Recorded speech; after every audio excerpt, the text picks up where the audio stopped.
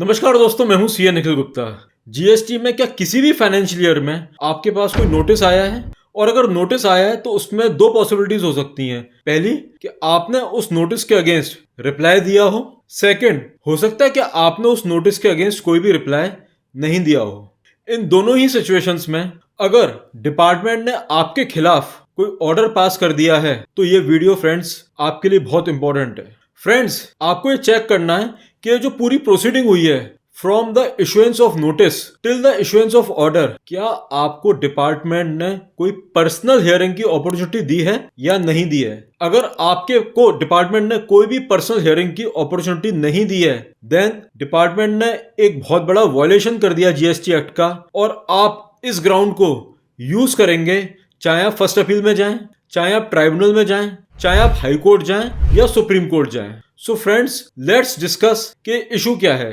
Friends, GST में एक बहुत इंपॉर्टेंट सेक्शन है, सेक्शन 75 सबसेक्शन 4। वो कहता है कि N opportunity of hearing shall be granted where a request is received in writing by a person chargeable with tax and penalty, or where a adverse decision is contemplated against such person। Meaning whereby दोस्तों कि अगर किसी assessee ने department में writing में दिया है कि मेरे को पर्सनल हियरिंग की अपॉर्चुनिटी चाहिए तो डिपार्टमेंट को पर्सनल हियरिंग की अपॉर्चुनिटी देनी ही पड़ेगी।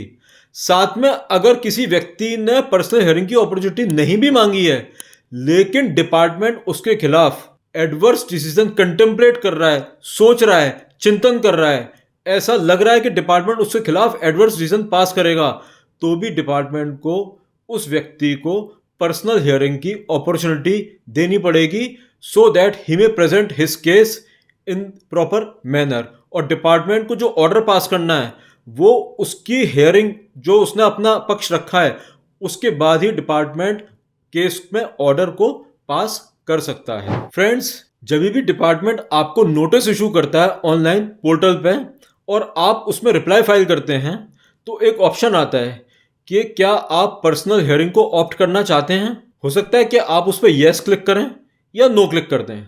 अगर आपने येस क्लिक किया है then department is bound to give you an opportunity of personal hearing. लेकिन अगर आपने नो क्लिक किया है तो भी डिपार्टमेंट को आपको पर्सनल हियरिंग देनी ही पड़ेगी if they are contemplating an adverse decision against you. Means अगर डिपार्टमेंट ये कंटेम्पलेट करता है कि आपके खिलाफ उसे डिसीजन देना है तो उसे आपको पर्सनल हियरिंग देनी ही पड़ेगी। फ्रेंड्स, इस मामले में हमारे पास कई सारे जजमेंट हैं। Honourable Allahabad high court in case of Shri Sai palace versus state of UP, then Delhi high court and as well as Gujarat high court in case of Alkem laboratories. उसमें ऑनरेबल कोर्ट्स ने कहा है कि पर्सनल हियरिंग की अपॉर्चुनिटी देना ये मस्ट है क्योंकि ये नेचुरल जस्टिस के प्रिंसिपल को अपहेल्ड करता है, साथ में फेयरनेस इन प्रोसीडिंग्स को इंश्योर करता है एंड डिपार्टमेंट के द्वारा पावर का मिसयूज को रोकने के लिए ये प्रोसेस जरूरी है। साथ में honourable supreme court in case of Dharampal Satyapal, honourable supreme court ने भी कहा है कि पर्सनल हियरिंग की अपॉर्चुनिटी देना बेहद जरूरी है। अब फ्रेंड्स, क्वेश्चन ये आता है कि ये पर्सनल हियरिंग की अपॉर्चुनिटी देनी कब है।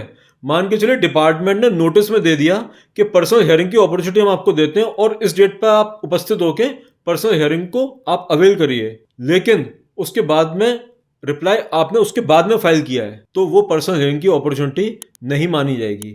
मींस डिपार्टमेंट के द्वारा नोटिस इशू होने के बाद में और आपके कंप्लीट रिप्लाई फाइल होने के बाद में जब डिपार्टमेंट आपके रिप्लाई को कंसिडर करेगा उसके बाद में अगर उसे लगता है कि हमें कोई एडवर्स डिसीजन देना है तब डिपार्टमेंट आपको पर्सनल हियरिंग की अपॉर्चुनिटी देगा। मींस नोटिस इशू होने पे नहीं, आपकी रिप्लाई फाइल होने के बाद में you should get an opportunity for personal hearing.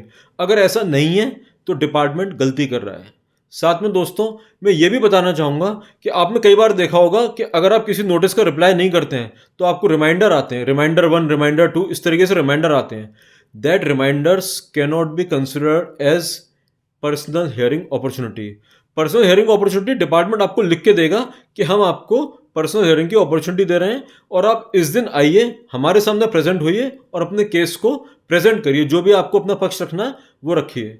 So friends, आपको ये ज़रूर चेक करना है कि ये जो पूरा प्रोसेस हुआ from the issuance of notice till the issuance of order, आपको पर्सनल हियरिंग की अपॉर्चुनिटी मिली है या नहीं मिली है, और अगर मिली है तो क्या वो आपके रिप्लाई फाइल करने के बाद में मिली है या उससे पहले मिली है। तो ये दोस्तों आपको ज़रूर देखना है। एंड आई होप कि इस वक्त जब कई सारे ऑर्डर्स पास हो रहे हैं तो ये वीडियो आपके लिए बहुत हेल्पफुल रहेगा। एंड फ्रेंड्स, अगर जीएसटी में आपको कोई भी इशू है, कोई भी क्वेरी है, कोई भी प्रॉब्लम है, then please write to us, we will be very happy to help you. Thank you.